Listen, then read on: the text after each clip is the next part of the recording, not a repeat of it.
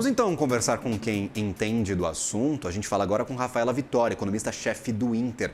Ótimo dia a você, Rafa. Obrigado por aceitar esse convite para repercutir o IPCA aqui na hora, no ato. Eu gostaria de entender, 0,58 de inflação. Quais informações estão por debaixo deste dado que mais te chama a atenção nessa publicação? Bom dia. Bom dia, Gabriel. Bom dia a todos. Numa leitura rápida do dado que acabou de sair, a gente viu que a inflação veio ligeiramente acima da expectativa, da mediana da expectativa do mercado, que estava em 0,55. Mas quando a gente olha os dados qualitativos, a gente vê uma ligeira melhora. É uma melhora lenta, não traz muito alívio, mas de fato a inflação de serviços e as medidas de núcleo mostram uma pequena retração em comparação com as medidas passadas.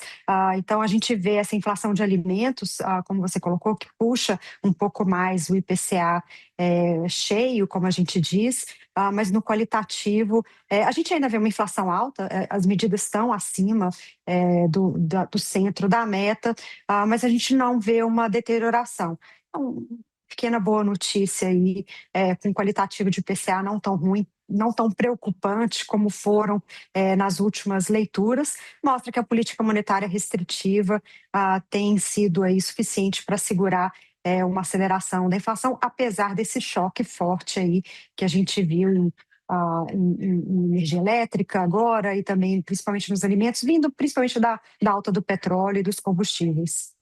Perfeito. Rafa, eu queria inclusive apresentar de novo os dados do IBGE. Queria pedir para a nossa produção colocar na tela o gráfico da inflação de 12 meses, porque é um item que chama bastante atenção. 4,72% de alta para a inflação nestes últimos 12 meses, é o dado anualizado. E este dado ele fica acima da meta, do topo da meta do Banco Central, que é de 4,5%. Isso não acontece desde setembro de 2025. Não faz tanto tempo assim, a gente já viu o Banco Central lidar com dados anualizados acima do topo da meta. Mas agora, o que representa esta superação? Preocupação para o Banco Central? Alguma pressão para os diretores na próxima reunião? Como é que você enxerga este dado agora descumprindo a regra, vamos dizer assim, para os custos de vida no Brasil? Essa alta na inflação acumulada em 12 meses, ela está dentro da expectativa. Então, as últimas comunicações, né, as últimas atas do Copom já trazem essa preocupação. Os cortes que a gente teve agora foram cortes bem moderados, de 0,25, por uma taxa de juros bastante restritiva, bastante elevada, hoje aí em 14,5. Então, isso já está na conta do Copom, dos membros do Copom, do BC, essa inflação que teve essa alta. Boa parte dessa alta foi puxada por alimentos, um pouco de bens industriais, isso tudo tem a ver com a alta dos combustíveis, com o choque do petróleo no cenário internacional. Então, boa parte dessa elevação da inflação já é um ponto de atenção para a política monetária, e por isso os cortes têm sido bem mais modestos, né? Lembrando que a gente começou o ano com uma expectativa de cortes ali mais próximos ali de 50 pontos base por reunião, chegando com a Selic mais próxima de 12 no final do ano.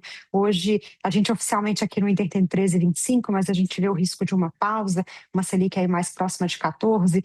Então, a gente praticamente não tem cortes mais precificados para esse ano, apenas alguns cortes marginais. Então, essa alta da inflação recente, ela já está nesse cenário atual do Copom de cortes moderados. A grande preocupação para o Copom dessa alta que a gente vê é para frente, né? A gente tem uma inércia inflacionária no Brasil. O que significa isso, né? A nossa economia ela é muito indexada, né? E a inflação passada ela tem um peso forte na inflação futura. Então, o fato da gente estar com uma inflação hoje um pouco mais alta vai elevar também a inflação para 2027. A gente já vê isso nas expectativas. Então, isso é um efeito dessa indexação. Então, essa é a grande preocupação do Banco Central, né? Até quanto que a inflação vai subir. A gente tem 5,20 hoje para o final do ano, então ainda tem alta esperada por conta dessa inflação maior de alimentos e por conta dessa inércia inflacionária um pouco maior. Isso faz com que o cupom realmente não possa cortar tanto quanto a gente previa no começo do ano. Mas, ao longo de 27, essa política monetária restritiva, ela vai continuar fazendo efeito, a inflação vai voltar a convergir para a meta, mas de maneira um pouco mais lenta. Queria novamente pedir para a nossa produção colocar a apresentação do IBGE. O que você está vendo agora é justamente a difusão do índice IPCA. Em abril, o que mais puxou o índice foram os alimentos. Em média, 67% da cesta subiu e os não alimentos, 64%. Agora, os alimentícios subiram 61%, mesmo que a inflação seja bem parecida, basicamente o mesmo número de um mês para o outro, e os não alimentícios, em média, subiram 68%. Rafa, eu queria entender, efeito guerra, efeito impacto, por exemplo, choque para petróleo e para combustíveis, na tua percepção, já está começando a se espalhar para outros itens na economia brasileira? Isso fica claro ou não com este dado mais quente do IBGE? A gente já está vendo aqueles chamados efeitos de segunda ordem do choque do petróleo? Infelizmente, sim. Essa difusão mais alta, até mesmo para essa época do ano, é atípica. Então, o que a gente tem visto é que o custo maior de petróleo e derivados, acho que principalmente em combustíveis, tem uma certa contaminação para o restante da economia. Então, a gente vê reajustes em vários outros itens. Então, sim, né, a gente viu uma alta maior de bens industriais, por exemplo, nas últimas leituras. Nessa teve uma redução, mas acaba gerando mais repasses. Então, sim, uma alta de petróleo preocupa justamente por isso. O combustível, ele é um insumo aí para praticamente toda a economia, até mesmo para serviços, e por isso a gente vê um pouco dessa contaminação. Mas, como eu falei, a nossa economia ela é muito indexada, né? Então, uma alta inflacionária, como a gente observou aí desde fevereiro, né? Foram alguns meses de inflação mais alta, ela também tem esse impacto em outros bens e serviços. Uma economia mais indexada acaba também tendo um pouco desse efeito.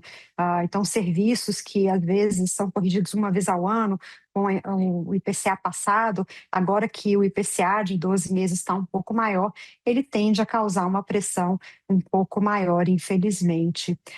O que a gente pode ter de boa notícia para frente é uma reversão.